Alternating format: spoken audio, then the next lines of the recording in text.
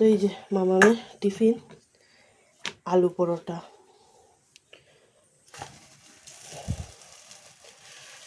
এই যে আলু সিদ্ধ উদ্ধ করে মেখে মামাম ভাত খাচ্ছে, আর আমি এদিকে ওকে বানিয়ে দিচ্ছি আলু পরোটা। এটা একটু বেরিয়ে গেছে বেলার সময়, এই যে বেলার সময় একটু বেরিয়ে গেছে। এই যে ভাত খাচ্ছে, ভাত খাওয়া ফিনিশ করে যাও। আর ওকে একটু আলু সেদ্ধ দিয়ে দেবো বাটির মধ্যে, ছোট্ট একটা বাটির মধ্যে। ও আলু সেদ্ধ দিয়ে ওর পাপার মতো আলু পরোটা খেতে খুব পছন্দ করে।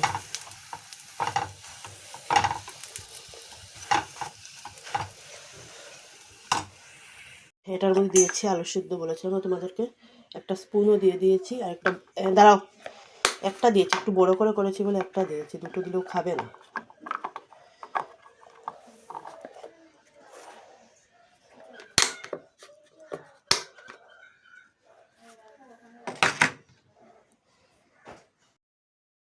তো এই যে রান্না বসিয়ে দিয়েছি, এদিকে চানার ডাল আর মুগ ডাল সিটিতে, একটু সোমবার আছে।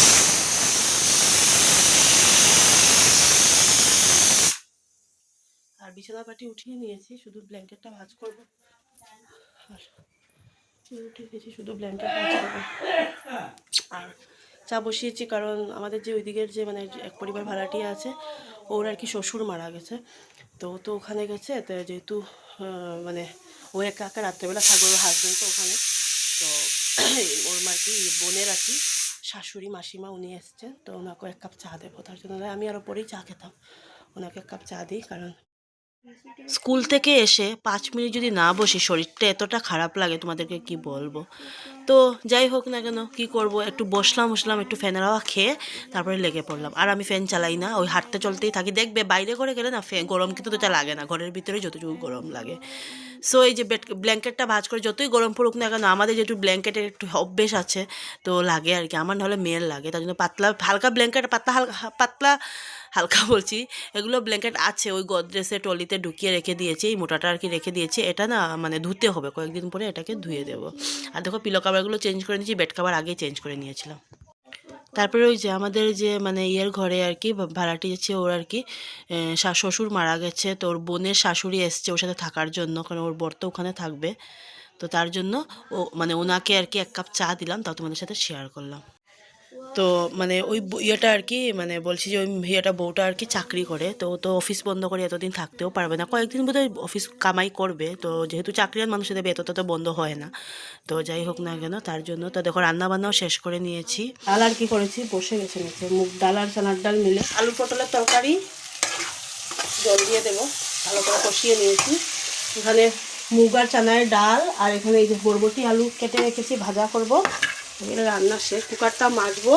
আর এই ঝুড়িটা একটা ঝুড়ি মেজে নিয়েছি। এখানে এই যে ভাত আছে, ঢাকাটা করছি, ডালের ঢাকাটা।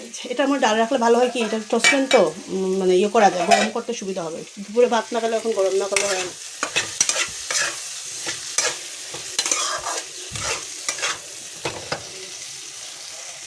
কুকার মাজতে হবে, রাইস কুকারটা মাজতে হবে। এখানে রান্না করে করে বাসন, আমার তো এরকমই করি আমি, বাসন মাজতে হবে, কাপড়ও ধুতে হবে, কাপড় ধুতে হবে, ঘর ঝাড়ু দিয়ে ঘর মুছে একদম করে নেবো। এখানে ওইদিকে 1 ঘন্টা পেলেই হয়ে যাবে।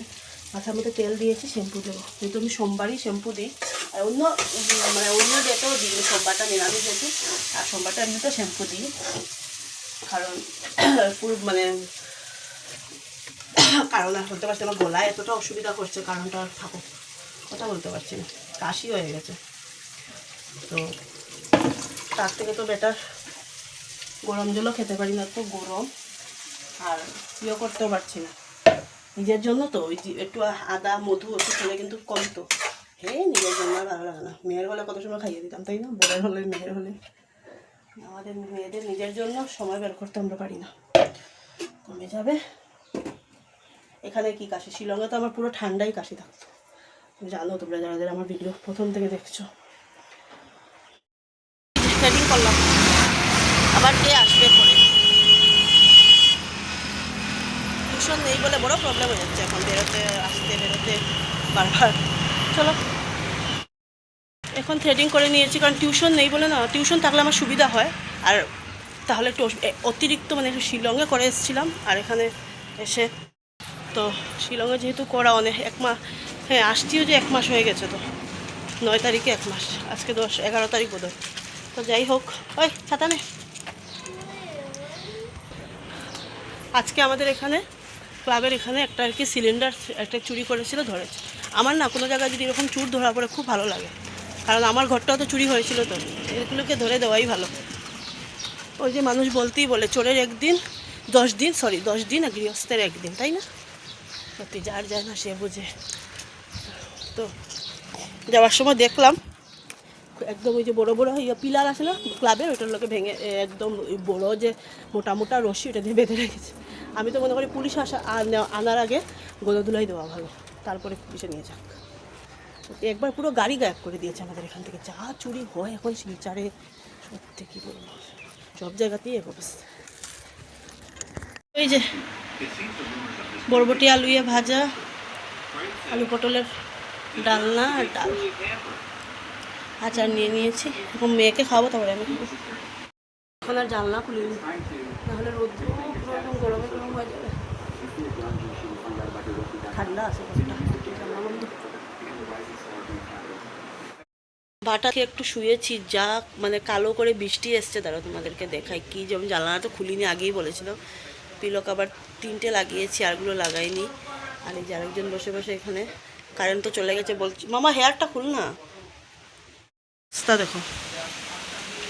আমাদের এখন এদিকে রিস্ক নেই, কারণ সব সুপারি গাছ কাটানো হয়ে গেছে, তো নাহলে খুব ভয় লাগতো বৃষ্টি আসলে ইলেকট্রিকের তারের উপরে পড়তো। ওই দিক থেকে বৃষ্টিটা আসছে, কিন্তু এদিকে আবার দেখো পরিষ্কার চলে আসছে। বৃষ্টি দিলে না সুপারি গাছগুলির অনেক রিস্ক, আর হচ্ছে বৃষ্টির মধ্যে না